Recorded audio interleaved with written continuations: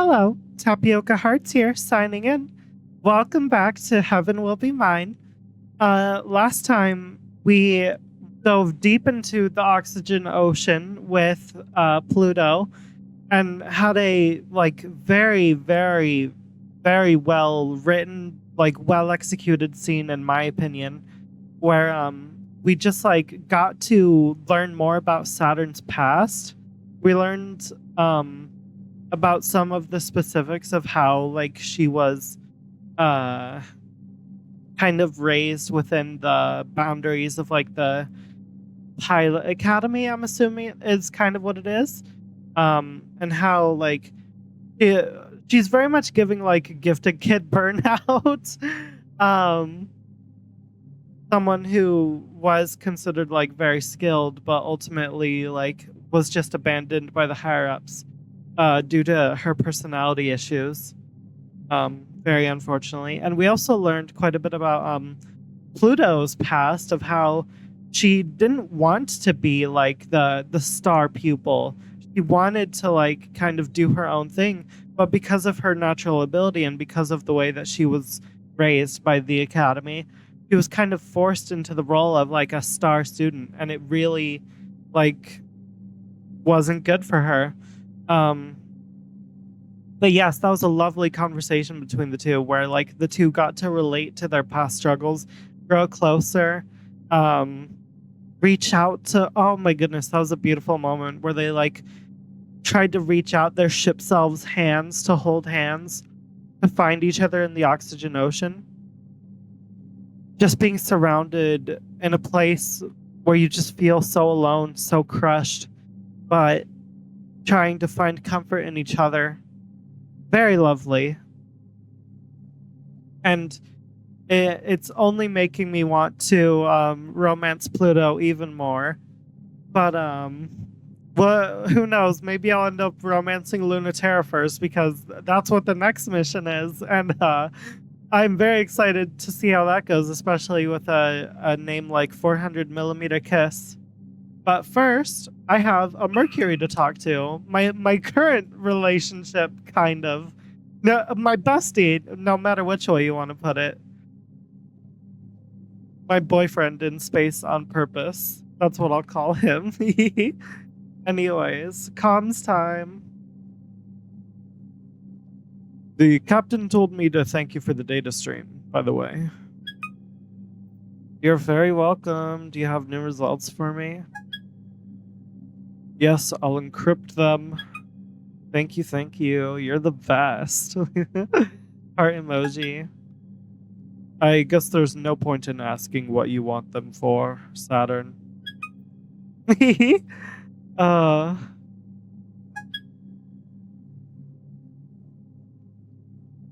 afraid should I be? I'm just trying to fulfill. Okay, girl. I'm just trying to fulfill our Mercury mission? Our mission Mercury. You know that. I'm going to tell him you're as inscrutable and petulant as ever. Oh, please, I don't want your hubby to hate me. Wait, who are we talking about?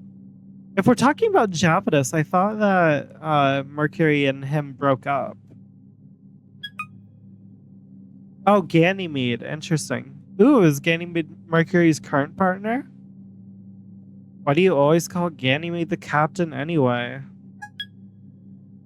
Because some of us have a sense of discretion. Uh-huh. Captain's pet is so well behaved. You're one to talk, Saturn. You're going to end up at Pound one of these days if you go through any more superior officers. Oh, it's cute you both tidily locked that quick. Oh goodness. That's a permanent relationship right there. That's a marriage metaphor if I've ever seen it. You're making all the lesbians jealous. Oh my god. All of the U-Haul lesbian callouts. Beautiful. Then act like it, Saturn. And I will not apologize for locking it down. I've had my fill of being a pet. Yes, get in a healthy relationship, King. I don't really want to be a pet either, okay? Yes, yes, yes, yes. I'm so here for these two's like journey to like self-love and recovery and healthy relationships. Maybe you are learning to love yourself. Never mind. Oh boy. I mean, she's basically already a giant action figure. What I'd like is to be a toy. Oh, thanks for saying it, buddy. That's even worse. Oh my goodness. I'm not gonna say what I'm thinking, but like, you know? No, it's better. Plastic and metal can be molded into any kind of shape. You can smooth over and change whatever you want. You only have to accept the interference you're designed for. A toy never gets to do anything. It just sits there looking pretty. Something tells me that Saturn wouldn't mind that very much, at least in a superficial, flirtatious sense. Exactly. Mercury, what do you think I want? Don't you love how our ship selves evoke so much? Just by being plastic in the silhouette of a human? These beam weapons are my fingertips. Oh my goodness. This game is going to be the end of me. This chassis is my tits. But there are also beam weapons and impenetrable chassis. Like, oh, I forget. Was it Austin Powers that had the titty missiles? Sure, we'll go with that. They can shred the plastic all they want, but they can't touch me. Plastic can't get hurt. Something tells me Saturn wishes it could, but you still can be. Don't forget that, Saturn. People fawn over objects, they worship them. I want to be the product that they obsess over. I thought you were tired of getting thrown away. I'm not for individual retail sale. Look, don't touch. One of a kind, not sold in stores. I mean, at least she's kind of doubting self-worth if you squint a little bit. Channel closed. Yeah, Mercury. Yeah, I understand. Okay. Interesting. Saturn needs to learn to love herself a little bit better and not dive headfirst into whatever's most immediately attractive. But um I don't think that's going to be right now because now it's time for a 400mm kiss, baby.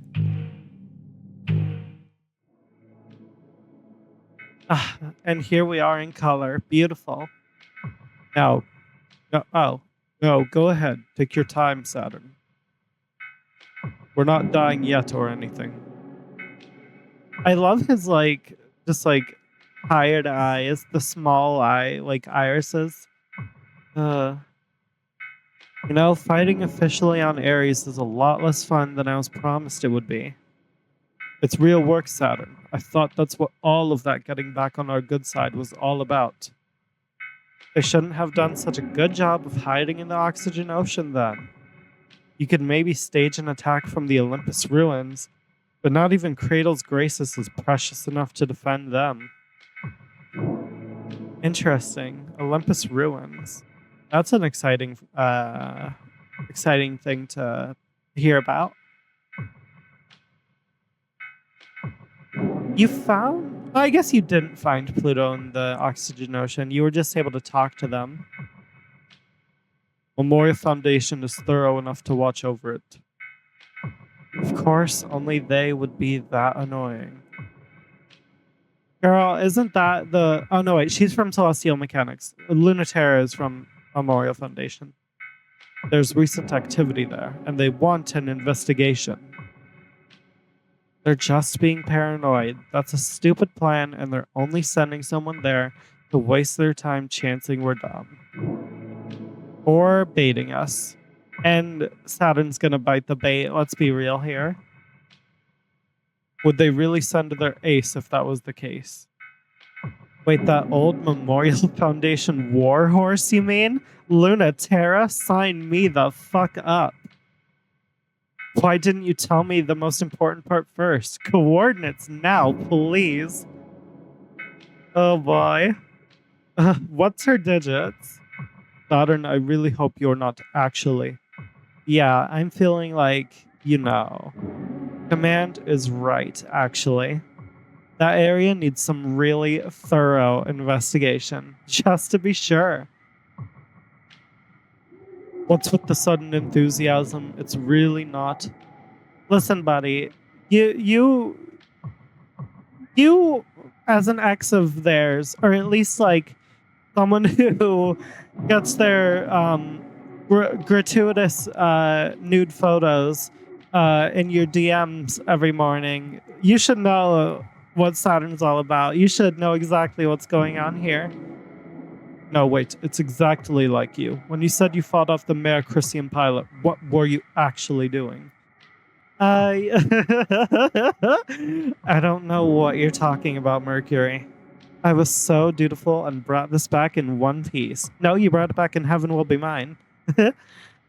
So that means I won, so don't worry about it. Girl, you know exactly what happened. Check out episode 3 to see what went on there.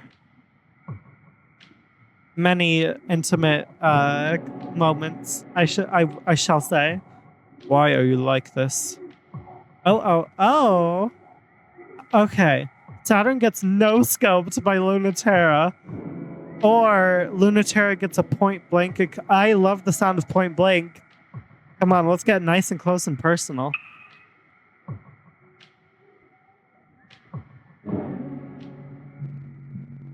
The balance shifts because Saturn moved and Luna-Terra couldn't. Got you.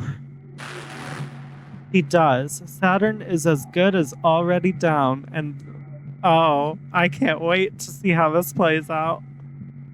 But so is Luna-Terra. Got you too. Pure spite got Saturn this far, and it will get her even farther. She takes aim and fires. Luna-Terra, perfectly still for the perfect shot, is perfectly unable to get out of the way in time. Saturn's string of pearls is laid out flat on her back, creaking and twitching, and Luna-Terra's Mare Christian falls from her sniper spot like a burning star. Oh, beautiful falling star imagery. Luna-Terra wakes up first, but her flight unit is shot. Can't escape now, girl. It's hard to hide a ship that can't fly in a city, but the Mare Christian is full of unfair tricks. Shooting her down is just the beginning. You have to catch her next. That's alright with Saturn. I guess catch her on the ground because she can't fly. That's alright with Saturn. She's at her best when everyone is in the dirt. When she wakes up, she's ready. She might be in worse shape than Luna-Terra, but worst shape is her best. Hell yes. String of Pearls skirts along the half-constructed city with the shape of ruins and the pristine finish of plastic toys. There's that coming up again. Still in their boxes. Looking for the hole Luna-Terra's nestled in and dodging her shots of protest. Reboot took longer than I thought, but ready or not, here I come. Hey, come out. You almost got me the last time you poked your head out to shoot. Try again. Oh, come on. I'm not babbling to trick you or anything. I'm just having a great time here. I'd love it if you'd stop making me feel like I'm just talking to myself, though. I can hear you just fine, Saturn. Oh, she looks so bored. What? This isn't exciting enough? I guess that's why you're the ace pilot, LT. I need to have you on the ropes to taunt you and dodge at the same time. An ear-splitting crash, impossible to tell which direction the shot came from. The cover around Saturn explodes. Oh, yep, he got her. I'm an ice because I keep my priorities straight. Those are two different orientations there.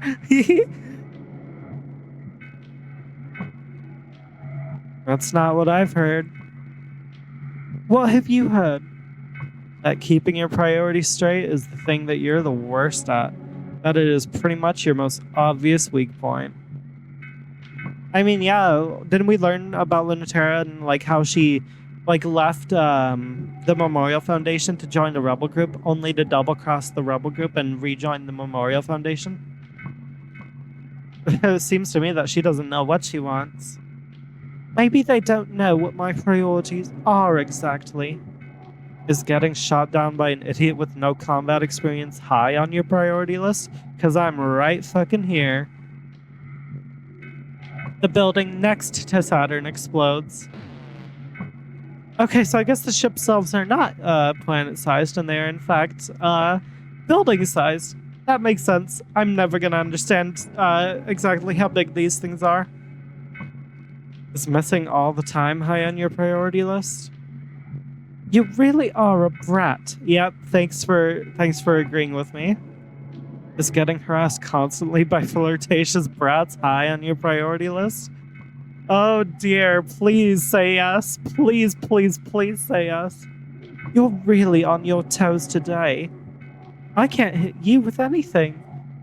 She's absolutely just screwing with Saturn. She's participating in the dance, in the conversation. Yeah, I'm having fun too. What a mess. I don't know why I'm laughing about it or having so much fun. Maybe, is that a good voice for Luna-Terra? Maybe I should be like more rugged with her. I'm glad you think so. It's a funny kind of date, if you put it that way. If this fighting is just play fighting, then keep playing with me. Oh, I get the feeling that it is, in a way, play fighting. I don't think, like I've said this many times, I don't think they're actually trying to hurt each other. Well, there's a little bit of actually trying to hurt each other there, but like, there's a willingness to hold back, I think. Like that thirst for real combat, I don't think has quite been satiated. You should be careful, though. You never know what I might try next. I've got so many plans for dragging you out in the sun. Like what? Are they working on me? Horse, stop underestimating me. I'm executing several plans as we speak. You're not already, Luna-Terra. I'm not giving you any way out. You're not going to at least give me a hint. I'm at a disadvantage here. You can't trick me into giving it all away. Maybe you're right. Maybe I should be generous and let you know just a hint about one plan. You're generous. You should know this, but winning isn't my highest priority. Yeah, it's getting flirted with by annoying brats. It won't mean that I'm easy, though. Hey, we do think alike, at least on the first half of that. Yeah, see? That neither of them are necessarily trying to win. If you love winning, the stalemate of this whole conflict should bore you to tears. But I think the stalemate's exactly what they're looking for. All that's left in space are second-choice pilots who suck at things like winning no matter how good they are.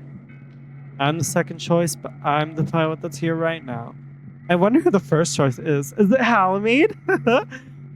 the character from the emails? That could make some amount of sense. Or is she still stuck in a locker somewhere? And no one else would have thought of the plan I did.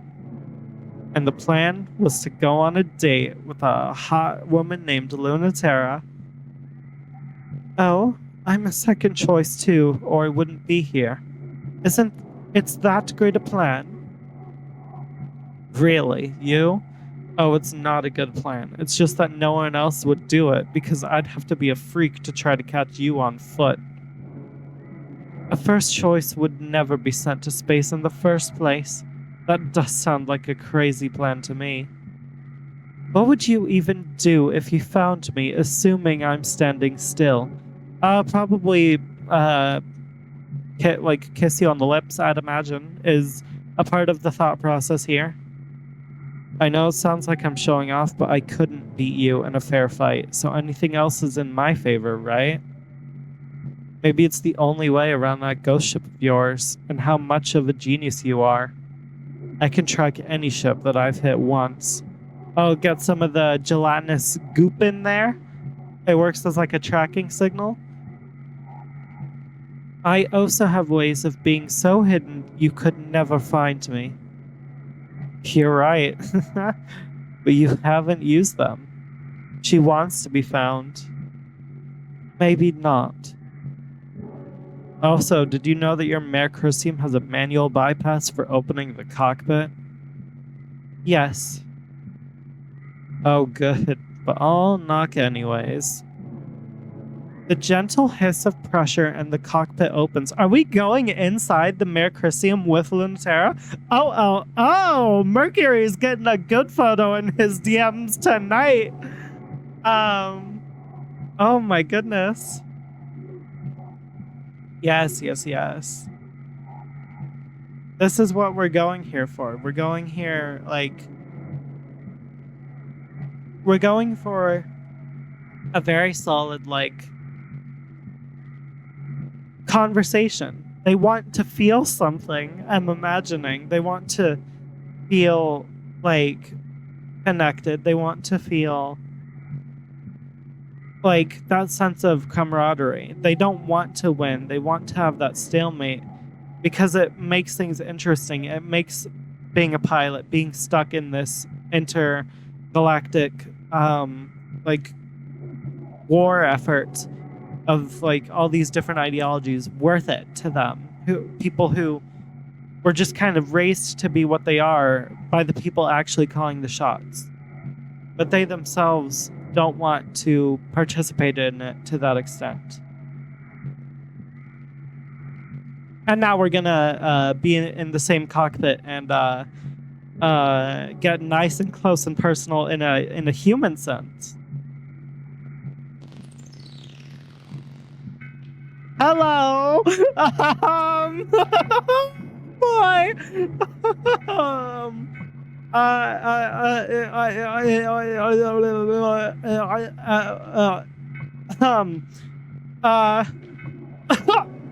Yeah, definitely.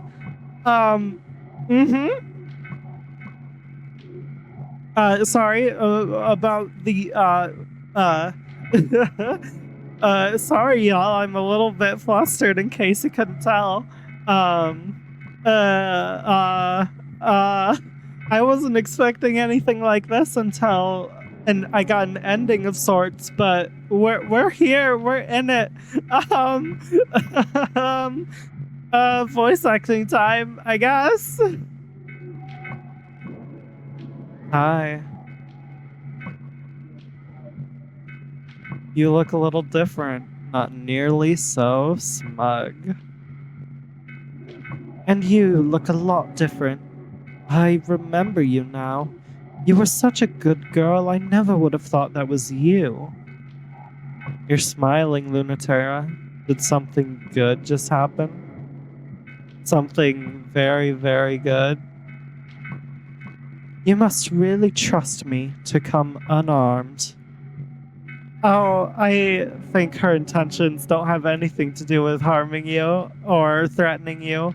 I think these eyes say everything, and I think based off of Luna-Terra's expression, that she's down for the same thing.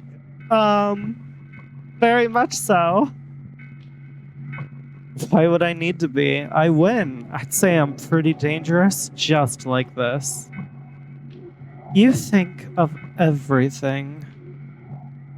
Never mind. You do look infuriatingly smug for someone I just beat. Step away from the controls. Sure. I'm not laughing at you. I'm impressed. You know, even still, even in a fake fight you have no respect for. No one takes me this seriously. Interesting. A fake fight that she has no respect for. Because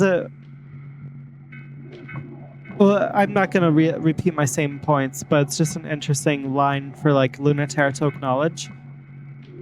But Saturn does take her seriously. She like cares about her, I think, beyond any external like conflict or influence. I'm the Memorial Foundation ace, but just by default, after the good ones left. So I don't mind losing to you, since you think I'm so cool. Aww. Luna-Terra kneels by the controls, hands up. They're still in reach. Saturn climbs the open hatch. Okay, so the scene on screen right now is not at all what is happening in the dialogue. The game just wants to tease the player, and it's working. Congratulations.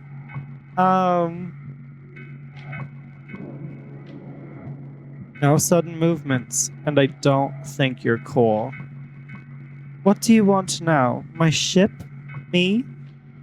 They're both useless.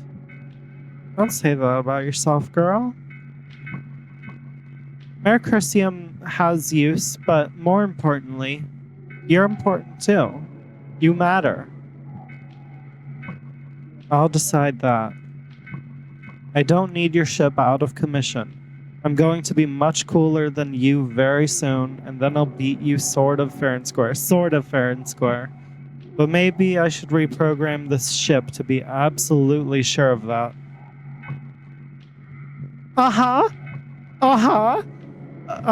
Yeah, absolutely. Look at this expression. Even if she genuinely wants to win this encounter, I don't think she's opposed to, what's going on here. Oh my goodness.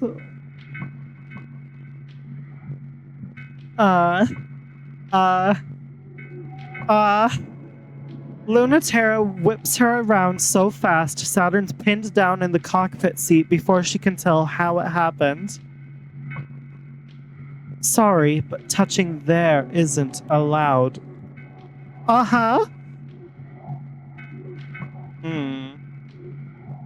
So? Then... are we doing this? Are we doing this right now? Am I ruining the mood by being a little bit of a flustered mess? Then where is touching allowed? Look at those eyes. She's so into it. Yup, you are absolutely much more dangerous without a gun.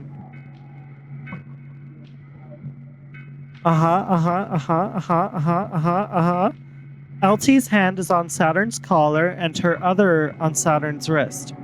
Saturn slips her free hand down LT's arm. So how about here? Like on her forearm? That's cute. That's fine. What about here? I won't stop you. You don't mind if I touch your face, but you won't let me touch your ship.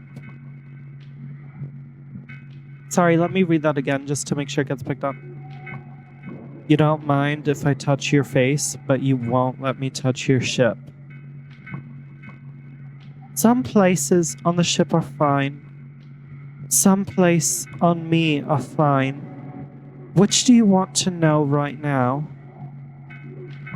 Oh boy, I get one or the other. I can either win the mission or I can win the girl's heart. I think I know which one I'm going for. Is this... Damn it. An ultimatum. Mhm. Thankfully, it's just text and not any explicit imagery, so I can upload this to YouTube. But between this series and Disco Elysium, my reputation for family-friendly channels going down the drain. um, and I'm all for it. Screw it. So, how's unbuttoning my shirt going? It's harder than it looks at that angle with just one hand. Huh. Let me help you with that. Oh boy. Oh boy. Oh my god. I knew the mission. Y'all, I knew the mission was called 400mm kiss, but somehow I didn't expect that it would end up like this. Oh my goodness. Just make out with me, you heinous bitch. Yeah!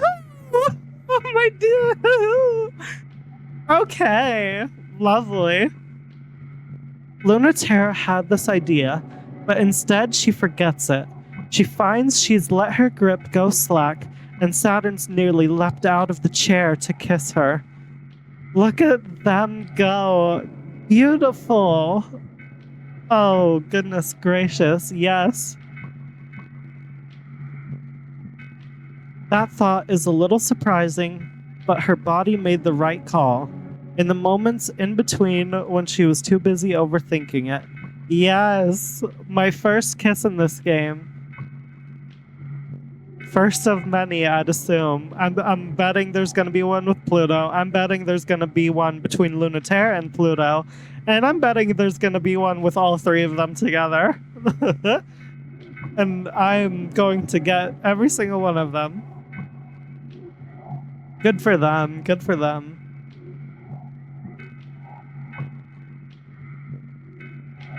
The moments in between when she was too busy overthinking it. Saturn seems a little mad about that smug face Luna-Terra is making, and bites Luna-Terra's lip as they kiss.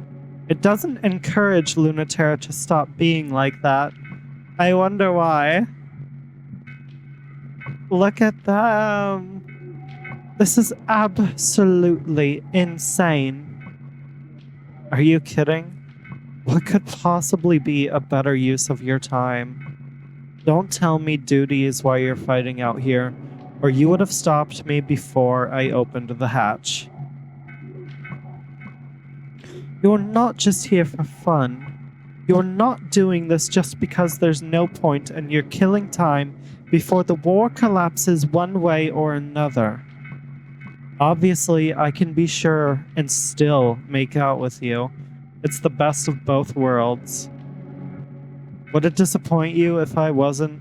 Oh, don't make that face. I can tell it would. That's good, though. I feel the same way. I wouldn't have let you flirt if that's just all you were. How can you be sure?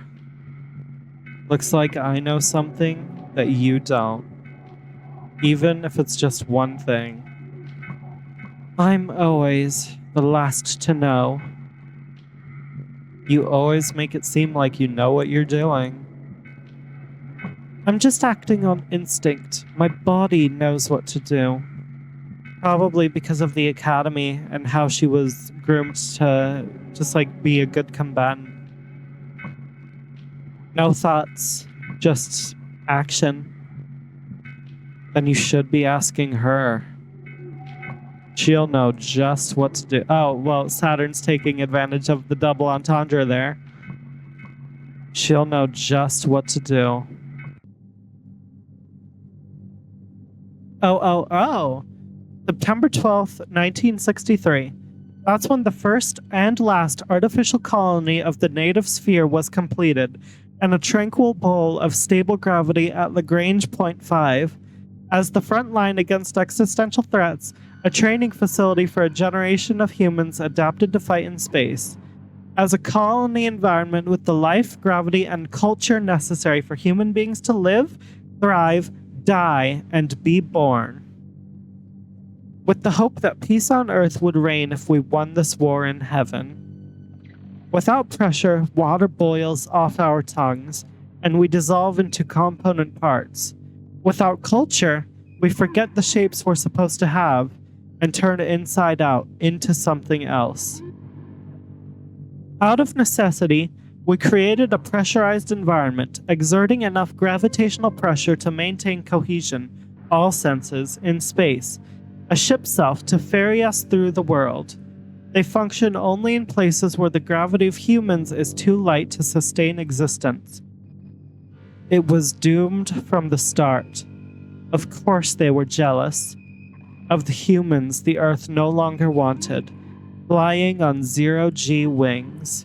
Dr. Nix, Executive Director, Memorial Foundation, Existential Expansion. July 29th, 1958, a whole decade before that last essay. Interesting. That's when the Memorial Foundation International Executive Committee, the MFIC, was granted international authority in the spirit of unified human peace and the verified presence of an existential threat outside of the solar system, to establish a cultural, military, and scientific response to existential threats. No longer confined to Earth, a growing native sphere where our gravity reigns forever. Safety, research, and expansion, the three pillars of Memorial Foundation's space branch, will protect Earth from without as it has from within. Free from the old world's gravity, it would be possible to advance science, art, and culture without constraint, and join hands, all of Earth finally unified. For Memorial Foundation, protecting humans from other humans through peace on Earth, and protecting humans from everything else through war in heaven, would fulfill both of our agendas simultaneously. We really, foolishly decided we could do better. There are two errors to this approach. The first is that to do better in heaven is meaningless if it cannot be exported to Earth. The space program was never rejected by the surface. It simply did not have enough relevance to sustain interest. The second error is the intrinsic error of Memorial Foundation. The existential threat is intrinsic to humanity. You can fight it, but you cannot cut it out. The designation of alien is required by humans. We cannot trick an existential threat into a convenient manifestation. As it has always been, only humans can fulfill the criteria to be alien. Oh boy. Europa, Chief Officer, Memorial Foundation Existential Safety. Oh my goodness. January 2nd, 1980, a whole 22 years after that last log essay thing. That's when they blew up the Lagrange colony. It was a real shame. It was a green, wet, and very peaceful place. And now it's a very cold, green, wet, and very unsettling place. It's where we did a lot of legitimately incredible things, like create sustainable tidal reactors, new culture, experiment with human bodies and human development, manufacture self-sufficient alter egos for space exploration, and did everything other than successfully combat the unknowable existential threat. Earth and the Memorial Foundation surface considers that a failure, but in truth, they're just not trying hard enough. Through gravity, humans decide what is real and what is not. Humans cannot make whatever they imagine come true. Through imagining, humans chart out what is true. They invent with human effort what exists. If an existential threat doesn't exist, we just have to make one. But of course it doesn't work like that. Nothing could be more difficult than creating something alien. Our only reference points are human, so the idea of something alien is unimaginable, because we cannot imagine outside of those terms. There's a certain degree of misunderstanding needed for humans to successfully classify something as alien. But before they blew it up, we got very close. Japadis, Executive Director, Memorial Foundation Existential Research. Hello. Okay, I'll save the thoughts I was about to spew for after this. OS root core reformatting 67% complete. Awaiting flight path input question mark. Manual inject extract CM flight path. Forcibly extracting coordinates. Coordinates received. Flight path passes through former pilot training school, Lagrange Colony. Receiving new mission assignments. Error block from ship's offside. Manual inject, scan virus. Manual inject, extract. 3 viruses detected and deleted. You have new mission assignments. Colony reclaim tidal reactor from Colony Core before Memorial Foundation. Colony prevent theft of entire colony by Cradle's graces. They're just gonna steal the entire colony? Okay. Accept orders? LMAO. Of course, she accepts the orders. Accepted. Normalizing gravitational slingshot effect. Prepare for immediate launch to Lagrange Colony. Alright, still not aligned with Cradle's graces at all. Firmly, mostly aligned with celestial mechanics, which is kind of the plan for the time being. Okay. So, what I was gonna say about, that whole, those, like, essays, to me it sounds like, in the 50s, or maybe the late 40s, an organization on Earth, like, decided to claim heaven, otherwise known as space. You know, heaven will be mine. For one reason or another, Earth wasn't enough to satiate, like, the needs of human society, or maybe just the greed of the particular people putting this program together. So they worked to send people out into outer space and colonize it. However, through this colonization and through the time of, like, eventually people being born in these places, it became far more, like, likely to encounter someone who was born in heaven, someone alien, so to speak. And I think there's also, like, some double meanings there for, like,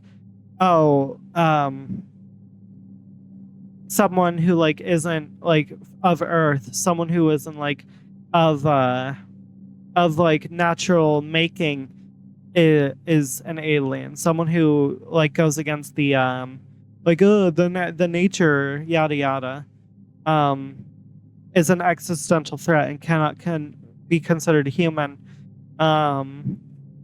Which both plays into, like, this game being a game about queer women facing oppression under a corrupt system, and also